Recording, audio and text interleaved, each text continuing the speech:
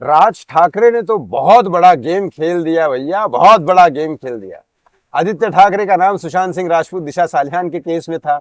बहुत सारी चीजें चल रही है, मैं आपको बहुत सारे इस वीडियो में बहुत सारी चीजें बताने वाला हूँ। राज ठाकरे ने कैसे पूरा का पूरा गेम खेल दिया, सुशांत सिंह राजपूत दिशा सालियान की वजह से कैसे आदित्य ठाकरे का बहुत बड़ा नुकसान हो गया, दीनू मोरिया के घर पे ईडी की रेड पड़ने के पीछे किसका राज था, किसकी किसकी चाल थी, किसकी चालबाजी थी, सारी चीजें बताऊंगा। और इसमें अजित पवार ने क्या गेम खेला, सारी चीजें बताऊंगा। ये महाराष्ट्र की पॉलिटिक्स में इतनी बड़ी उथल पुथल क्यों हो रही है, ये सब मैं बताने वाला हूं।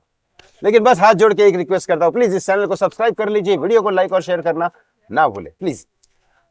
आदित्य ठाकरे के हाथ में, उद्धव ठाकरे और आदित्य ठाकरे के हाथ में मुंबई और महाराष्ट्र का बीएमसी का इलेक्शन हमेशा से था, हमेशा से था। इसीलिए जब बाला साहेब ठाकरे जिंदा थे तब उन्होंने कुछ चीजें की महाराष्ट्र में, जैसे कि Bala Saheb Thackeray trauma care hospital, Cooper hospital, हालांकि वहां पे क्या होता है आपको पता है, जोगेश्वरी का एक hospital, Smita Thackeray blood bank hospital और कुछ एम्बुलेंस वगैरह चलती है जो बाला साहेब ठाकरे ने की थी। उद्धव ठाकरे ने उसके ऊपर कोई इंप्रूवमेंट नहीं किया, आदित्य ठाकरे ने तो बिल्कुल ही नहीं किया। बल्कि आदित्य ठाकरे पर्यावरण मंत्री थे तो उसमें सबसे ज्यादा पेड़ काटे गए थे, ऐसा विपक्ष का कहना है, विशाल शेलार जी का।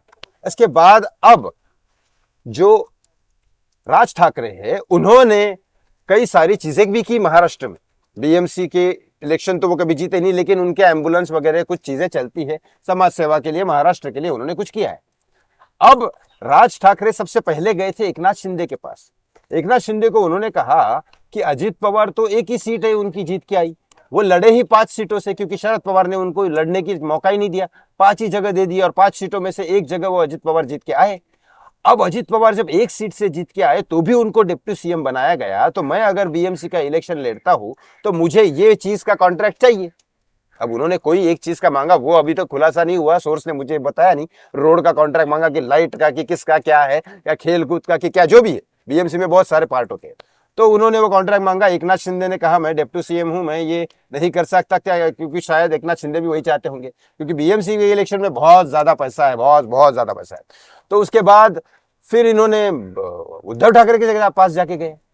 उद्धव ठाकरे के पास जैसे गए तो बीजेपी को लगा कि भाई हम हार सकते हैं, क्योंकि राज ठाकरे के नाम पे कुछ एम्बुलेंस चलती है, बाला साहब ठाकरे के नाम पे चलती है, क्योंकि बीएमसी के इलेक्शन बीजेपी कभी जीती ही नहीं, तो वो करेगी क्या, जब जीती ही नहीं तो वो काम क्या करेगी, जब उनको अधिकार ही नहीं दिया गया। लेकिन इन्होंने जो किया है, जब इनका ही राज चल रहा था, तो वो राज ठाकरे अगर उद्धव ठाकरे के साथ मिल गए तब तो बहुत बड़ा, ये तो जीत जाएंगे इलेक्शन। तो राज ठाकरे के से उनको दूर करने के लिए दीनू मोरिया के घर पे ईडी की रेड पड़ी, और उसके बाद सुशांत सिंह राजपूत दिशा सालियान का बहुत सारे इंफॉर्मेशन दीनू मोरिया से निकाली गई, और बहुत सारी चीजें राज ठाकरे को पर्सनली बताई गई, न्यूज मीडिया में नहीं आई कि भाई साहब आप अगर उनका साथ दोगे तो फिर ये आदमी तो जाएगा अंदर, आप क्या करोगे, आप भी पॉलिटिक्स से बाहर चले जाओगे। तो फिर तीसरी मीटिंग उद्धव ठाकरे को छोड़ के राज ठाकरे सीधा चले गए देवेंद्र फडणवीस के पास।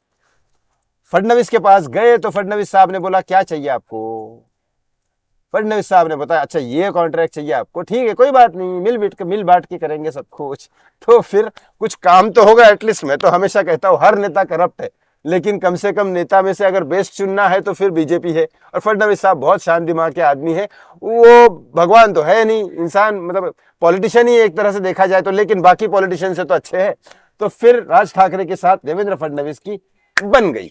और लेकिन इस केस में नुकसान हुआ सुशांत सिंह राजपूत दिशा सालियान के केस का, क्योंकि अगर राज ठाकरे उद्धव ठाकरे से मिल लेते और उनके साथ ही काम करते तो आखिरी रास्ता बीजेपी के पास एक ही था कि दिशा सालियान सुशांत का केस ओपन करो और सीधा सीधा अंदर कर दो जो गुनहगार है। आपको पता है नारायण राणे ने बोला था कि आदित्य ठाकरे इसमें गुनहगार है, तो फिर वो अंदर जाते और फिर सीधा सीधा बीएमसी का इलेक्शन बीजेपी जीत जाती। वो किसी भी हालत में इस बार बीजेपी ही जीतनी है, लेकिन राज ठाकरे उनके साथ चले गए तो फिर ये चांसेस सुशांत और दिशा का और एक मिस हो गया। अब आपको क्या लगता है इस बारे में, कमेंट बॉक्स में कमेंट करके जरूर बताएं, किसने ज्यादा पॉलिटिक्स खेली, राज ठाकरे ने, देवेंद्र फडणवीस ने, या उद्धव ठाकरे ने। कमेंट बॉक्स में कमेंट करके जरूर बताएं। थैंक यू सो मच, बहुत बहुत धन्यवाद। जय श्री राम।